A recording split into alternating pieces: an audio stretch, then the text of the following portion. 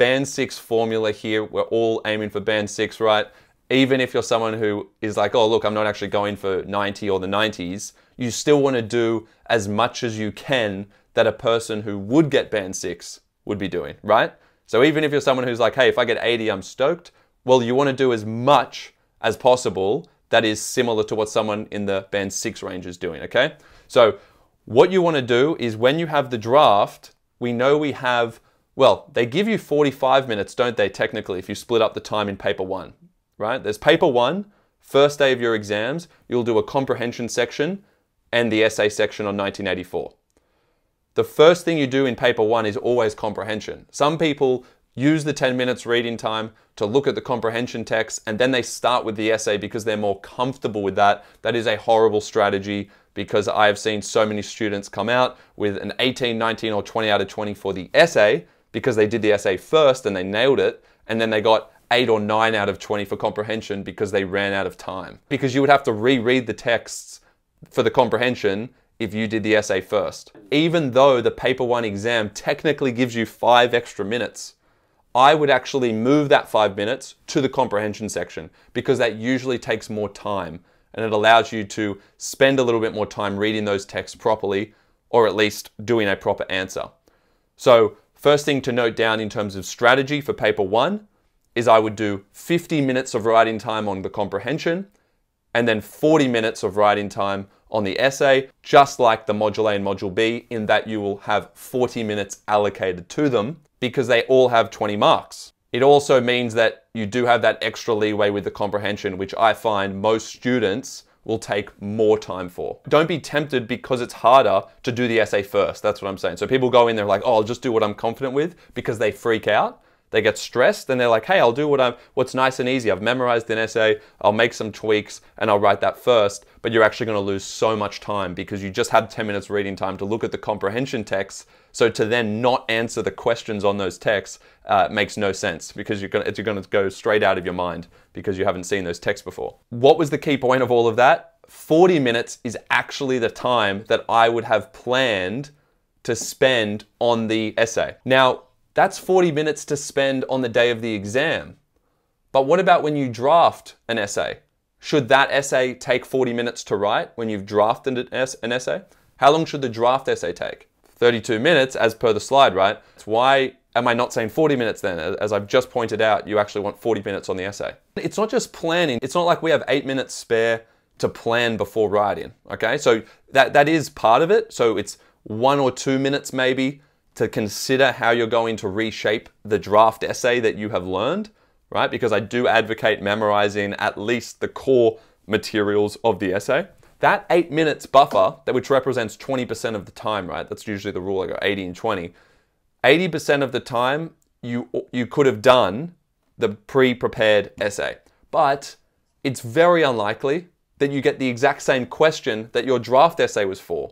Right? So theoretically, if you got the exact same question that you had drafted for, it would only take you 32 minutes then because you wouldn't have to change a thing. But because you're almost definitely going to get a question that is different to the one you made a draft for, and you should always do a question for your draft. Don't just do some generic one that isn't linked to any question. But you then need 8 minutes to spread throughout the course of the writing process where you're tweaking the sentences. So the 8 minutes is actually spread throughout the entire essay writing process so that you can make tweaks to the different sentences and different sections so that the marker can see that you're engaging with the key terms of the question you get on the day. So right now, we're trying to perfect a draft that then only takes you 32 minutes to write. So what's going to be a key part of your preparation that you need to do these holidays? All of you write at different speeds, so it's going to be on you, once you're happy with a draft, to do what? Time it. Time in, right? Time my essay. I would be writing that down. Usually there's a good proportion of people who actually have never done the timing part of the preparation. But if you think about it, that makes no sense, right? You're going into an exam not even knowing how long you are going to take theoretically to write your essay, which means you're probably going to freak out more. You're not going to take time to think about the question because you don't know the time that you're dealing with. But if you can get your draft down to around 32 minutes, if you are a slower writer, by the way, you might go up to like 33, 34, but that's getting in dangerous territory. because you want a good chunk of time to know that I don't have to be writing my pre-prepared essay out, okay? I can actually pause and make adaptations and tweaks. So do you see that the purpose of actually memorizing a timed essay is so that you don't repeat that essay on the day? The reason you memorize it and know it really well, and the reason that you time it and make sure it's 32 minutes, is actually so the last thing you do is regurgitate a memorized essay. So you know when people say, don't memorize your essay because you're not meant to do that? Actually, it's not necessarily coming from the right place. You should memorize it so that all your mental energy and time on the day is spent answering the question, which is what you're supposed to do. Once you consolidate the draft and you're happy with it, time it, and then you will have to commit it to memory, and then you will have to practice in the days leading up to the exam, hopefully at least 1 week out. All you're doing at that point is you have your essay memorized, and then you are practicing new questions and writing new introductions, new topic sentences, and occasionally doing the full essay redone, but you're preserving the core materials from the draft that you prepared. So the essence of every sentence that you write in your draft shouldn't actually change. It's just the wording and the phrasing and the emphasis.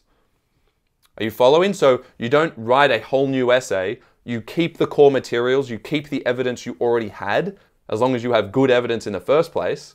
And then your job is to rephrase how you explain it and to move the emphasis to the key terms of the question. Things you can do once you get the draft done, very politely email your teachers, okay? They usually are quite generous with doing feedback and redirecting you. And also, if you can have groups of 2 or 3 other students from your cohort who all have similar ambitions, or even that include people who are potentially more gifted at English than you, right? They're the people who you want to exchange your essays with and drafts and actually review each other's, right? So you offer each other feedback, you send those essays around to a small study group, and that will really benefit you. That's something I did with 2 other students when I was in year 12, and that helped me immensely because they can see things that you can't see because you've been looking at your essay for so long, you can become blinded to the flaws of the essay. Form those groups with 2 or 3 other students.